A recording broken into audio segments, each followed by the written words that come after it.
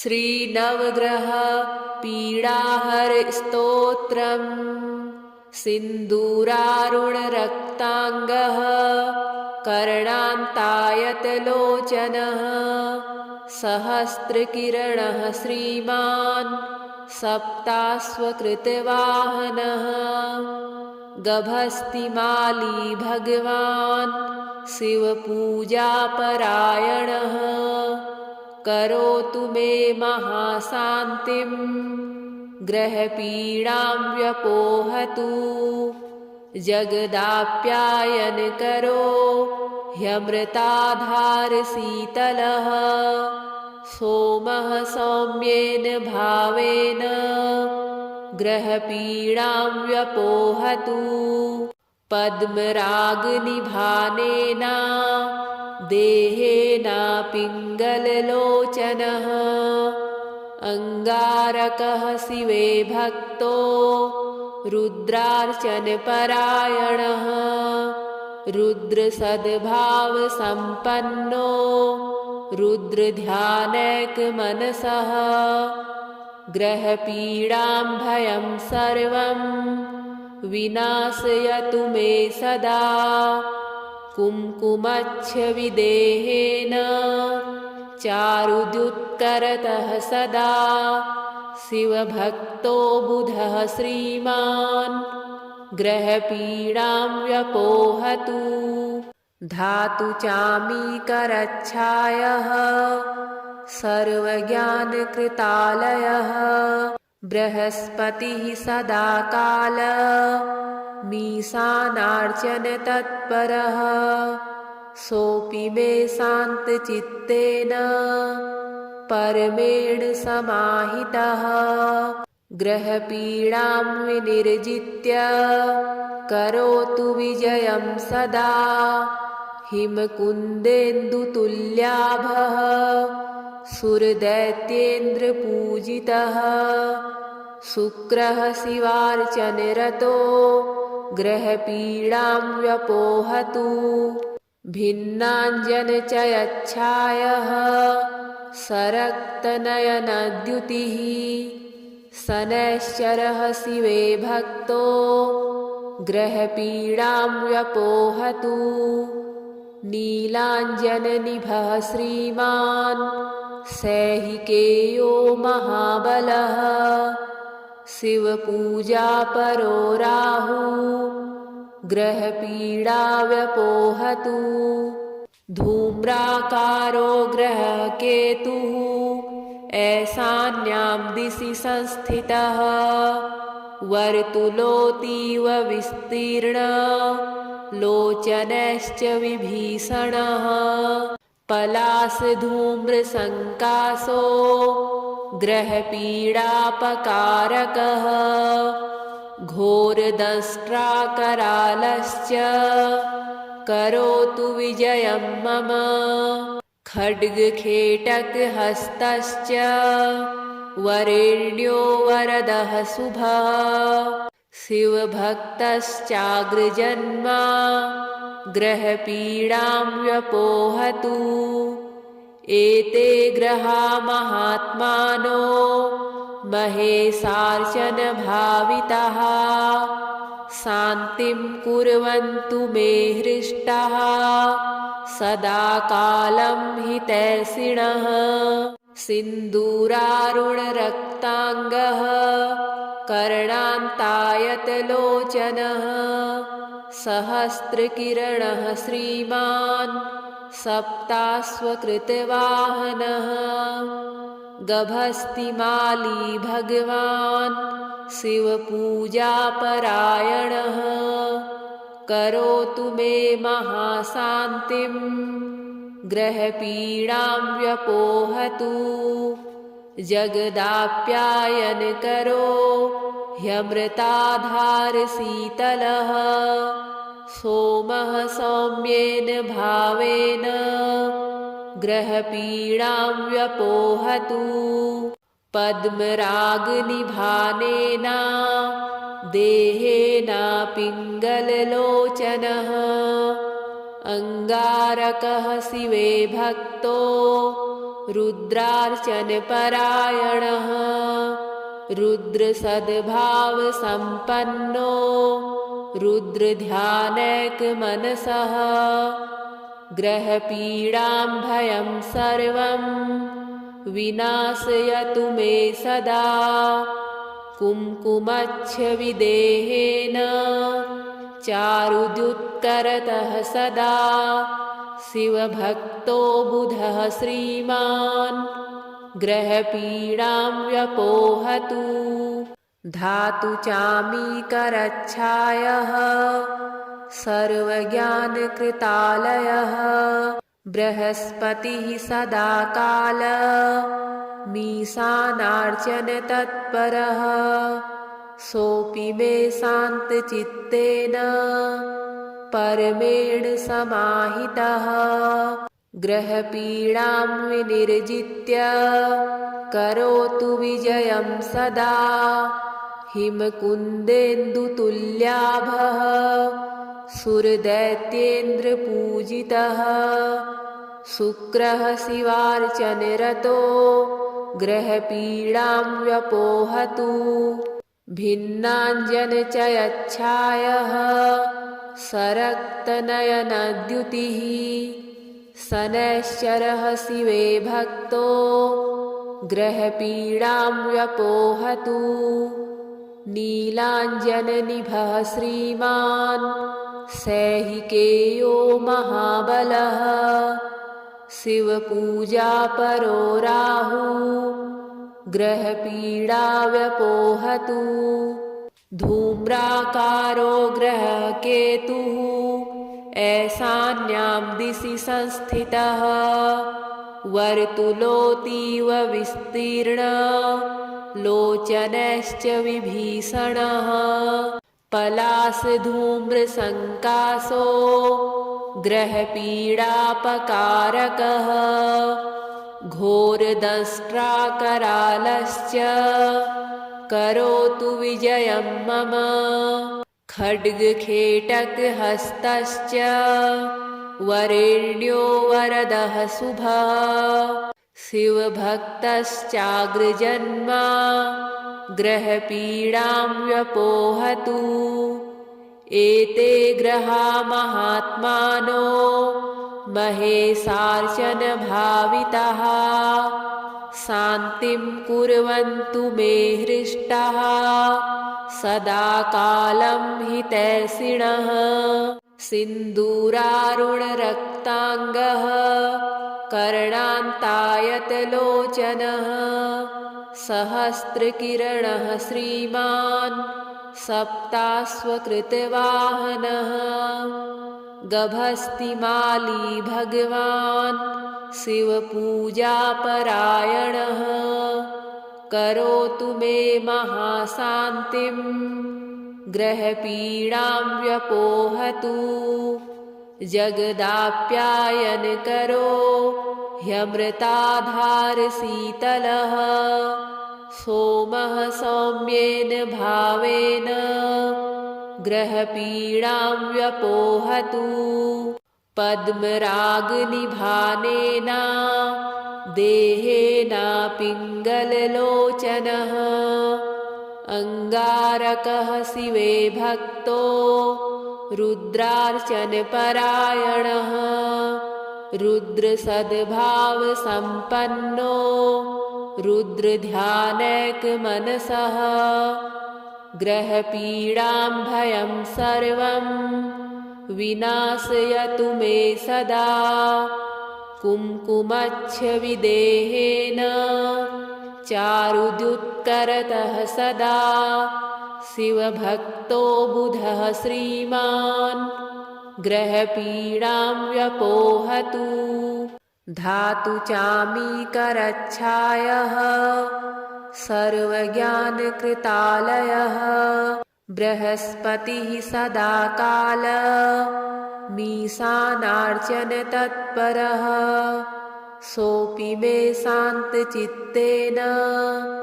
परमेण समाहितः ग्रहपीडां विनिर्जित्य करोतु विजयं सदा हिमकुन्देन्दुतुल्याभः सुरदैत्येन्द्रपूजितः शुक्रः शिवार्चनरतो ग्रहपीडां व्यपोहतु भिन्नाञ्जनचयच्छायः सरक्तनयनद्युतिः शनैश्चरः शिवे भक्तो ग्रहपीडां व्यपोहतु नीलाञ्जननिभः श्रीमान् सैहिकेयो महाबलः शिवपूजापरो राहुः ग्रहपीडा व्यपोहतु धूम्राकारो ग्रहः केतुः ऐशान्यां दिशि संस्थितः वर्तुलोऽतीव विस्तीर्णः लोचनश्च विभीषणः पलाशधूम्रसङ्काशो ग्रहपीडापकारकः घोरदंष्ट्राकरालश्च करोतु विजयं मम खड्गखेटकहस्तश्च वरेण्यो वरदः शुभः शिवभक्तश्चाग्रजन्मा ग्रहपीडां व्यपोहतु एते ग्रहा महात्मानो महेशार्चनभाविताः शान्तिं कुर्वन्तु मे हृष्टाः सदा कालं हितैषिणः सिन्दूरारुणरक्ताङ्गः कर्णान्तायतलोचनः सहस्रकिरणः श्रीमान् सप्ताश्वकृतवाहनः गभस्तिमाली भगवान् शिवपूजापरायणः करोतु मे महाशान्तिं ग्रहपीडां व्यपोहतु जगदाप्यायनकरो ह्यमृताधारशीतलः सोमः सौम्येन भावेन ग्रहपीडां व्यपोहतु पद्मरागनिभानेन देहेन पिङ्गललोचनः अङ्गारकः शिवे भक्तो रुद्रार्चनपरायणः रुद्रसद्भावसम्पन्नो रुद्रध्यानैकमनसः ग्रहपीडां भयं सर्वं विनाशयतु मे सदा कुङ्कुमच्छविदेहेन चारुद्युत्करतः सदा शिवभक्तो बुधः श्रीमान् ग्रहपीडां व्यपोहतु धातुचामीकरच्छायः सर्वज्ञानकृतालयः बृहस्पतिः सदाकाल मीशानार्चनतत्परः सोऽपि मे शान्तचित्तेन परमेण समाहितः ग्रहपीडां विनिर्जित्य करोतु विजयं सदा हिमकुन्देन्दुतुल्याभः सुरदैत्येन्द्रपूजितः शुक्रः शिवार्चनरतो ग्रहपीडां व्यपोहतु भिन्नाञ्जनचयच्छायः सरक्तनयनद्युतिः शनैश्चरः शिवे भक्तो ग्रहपीडां व्यपोहतु नीलाञ्जननिभः श्रीमान् सैहिकेयो महाबलः शिवपूजापरो राहुः ग्रहपीडा व्यपोहतु धूम्राकारो ग्रहः केतुः ऐशान्यां दिशि संस्थितः वर्तुलोऽतीव विस्तीर्णः लोचनश्च विभीषणः पलाशधूम्रसङ्काशो ग्रहपीडापकारकः घोरदंष्ट्राकरालश्च करोतु विजयं मम खड्गखेटकहस्तश्च वरेण्यो वरदः शुभः शिवभक्तश्चाग्रजन्मा ग्रहपीडां व्यपोहतु एते ग्रहा महात्मानो महेशार्चनभाविताः शान्तिं कुर्वन्तु मे हृष्टाः सदा कालं हितैषिणः सिन्दूरारुणरक्ताङ्गः कर्णान्तायतलोचनः सहस्रकिरणः श्रीमान् सप्ताश्वकृतवाहनः गभस्तिमाली भगवान् शिवपूजापरायणः करोतु मे महाशान्तिं ग्रहपीडां व्यपोहतु जगदाप्यायनकरो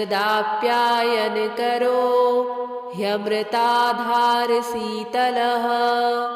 सोमः सौम्येन भावेन ग्रहपीडां व्यपोहतु पद्मरागनिभानेन देहेन पिङ्गललोचनः अङ्गारकः शिवे भक्तो रुद्रार्चनपरायणः रुद्रसद्भावसम्पन्नो रुद्रध्यानैकमनसः ग्रहपीडां भयं सर्वं विनाशयतु मे सदा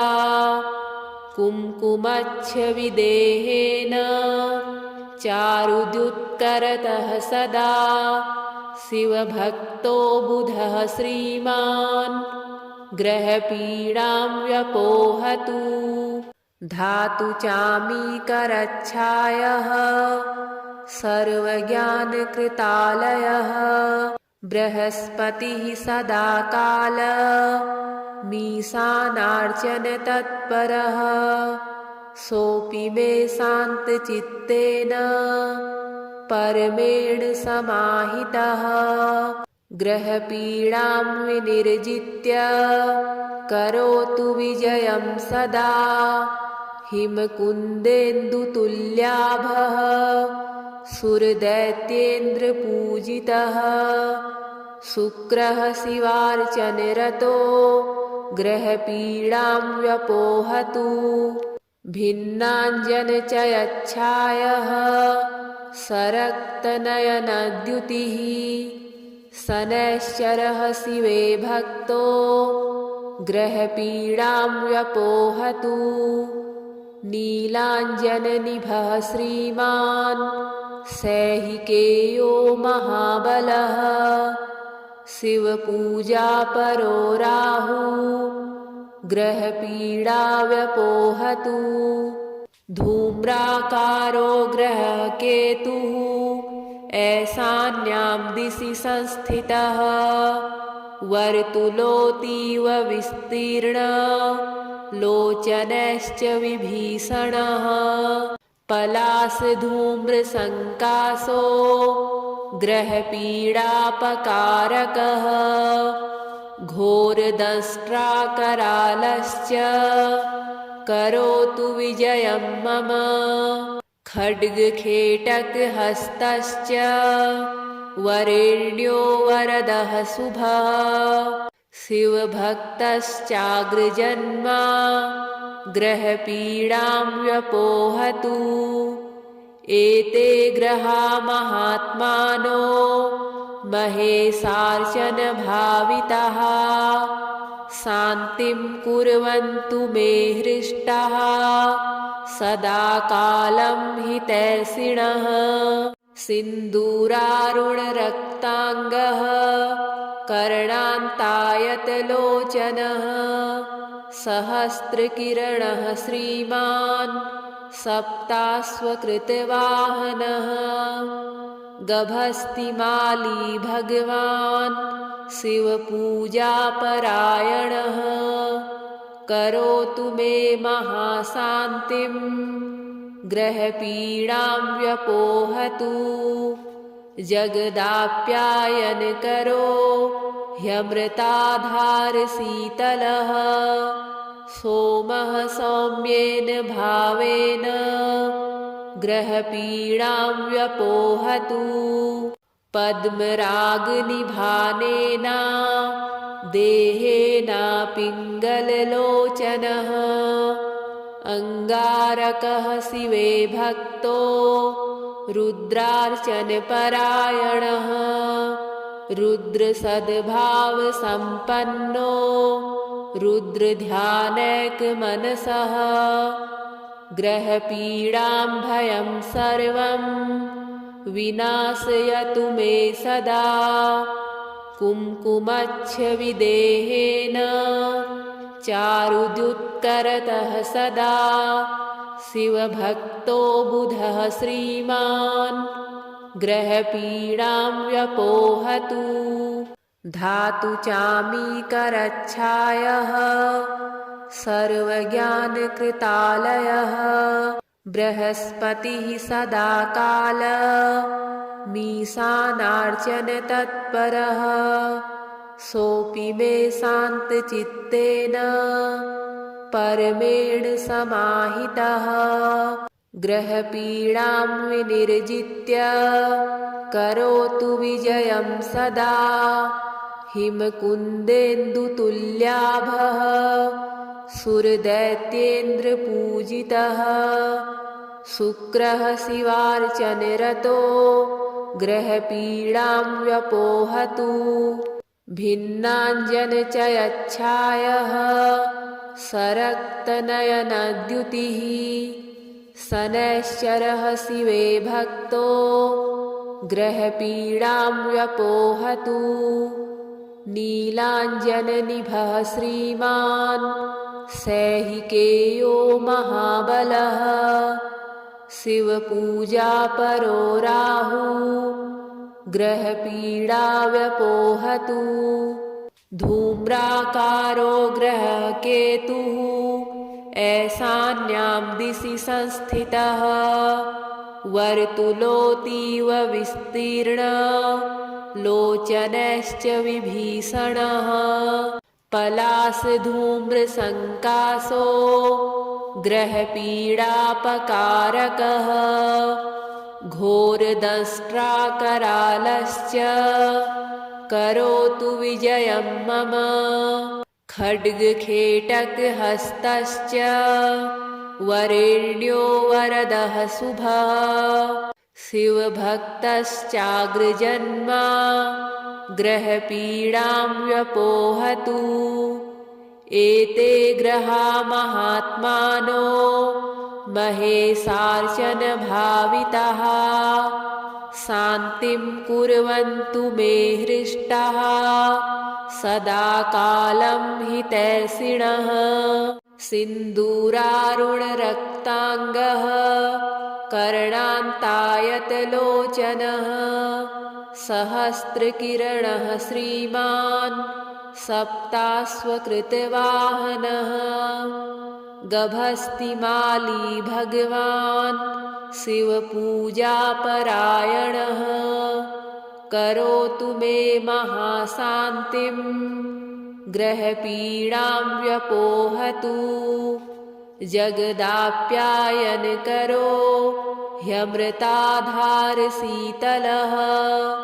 सोमः सौम्येन भावेन ग्रहपीडां व्यपोहतु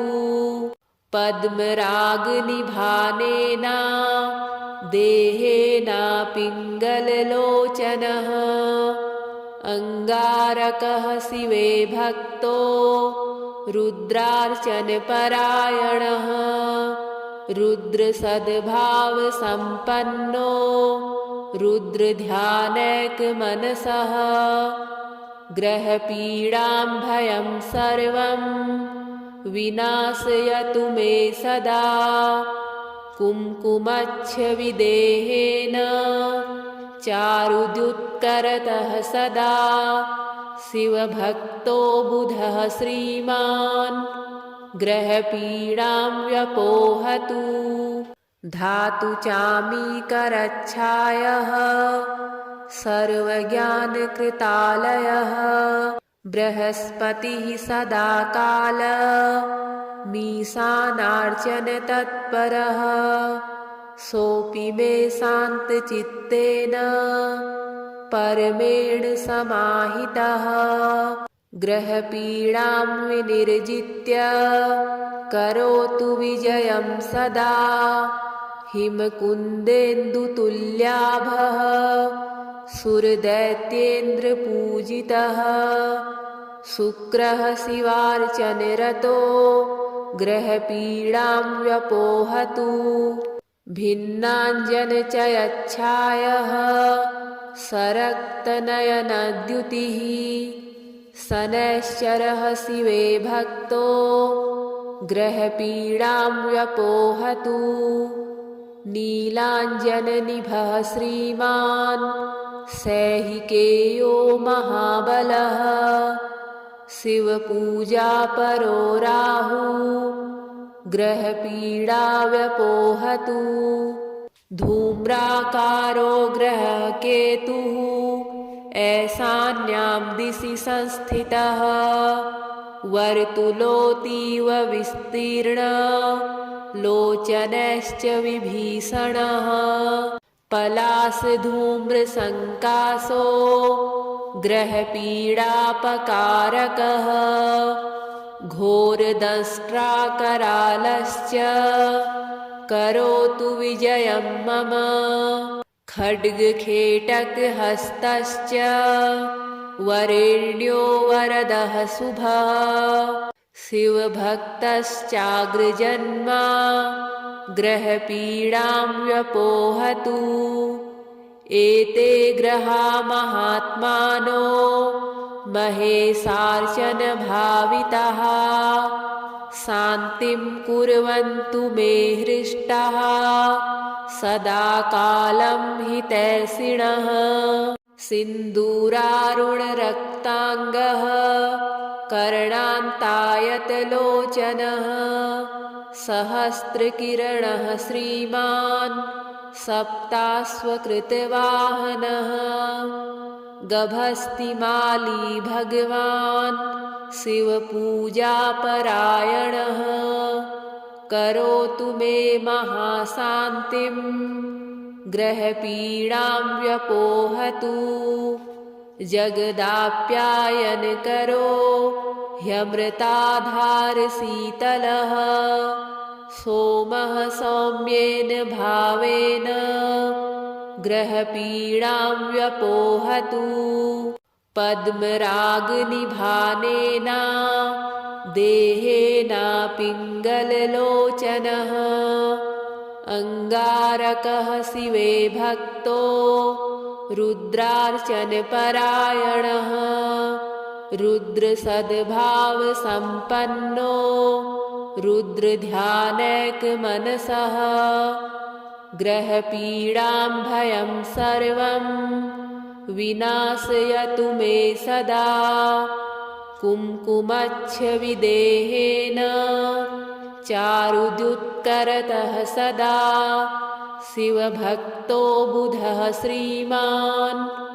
ग्रहपीडां व्यपोहतु धातु चामीकरच्छायः सर्वज्ञानकृतालयः बृहस्पतिः सदा काल मीसानार्चन तत्परः सोऽपि मे शान्तचित्तेन परमेण समाहितः ग्रहपीडां विनिर्जित्य करोतु विजयं सदा हिमकुन्देन्दुतुल्याभः सुरदैत्येन्द्रपूजितः शुक्रः शिवार्चनरतो ग्रहपीडां व्यपोहतु भिन्नाञ्जनचयच्छायः सरक्तनयनद्युतिः शनैश्चरः शिवे भक्तो ग्रहपीडां व्यपोहतु नीलाञ्जननिभः श्रीमान् सैहिकेयो महाबलः शिवपूजापरो राहुः ग्रहपीडा व्यपोहतु धूम्राकारो ग्रहः केतुः ऐशान्यां दिशि संस्थितः वर्तुलोऽतीव विस्तीर्णः लोचनश्च विभीषणः पलाशधूम्रसङ्काशो ग्रहपीडापकारकः घोरदंष्ट्राकरालश्च करोतु विजयं मम खड्गखेटकहस्तश्च वरेण्यो वरदः शुभः शिवभक्तश्चाग्रजन्मा ग्रहपीडां व्यपोहतु एते ग्रहा महात्मानो महेशार्चनभाविताः शान्तिं कुर्वन्तु मे हृष्टाः सदा कालं हितैषिणः।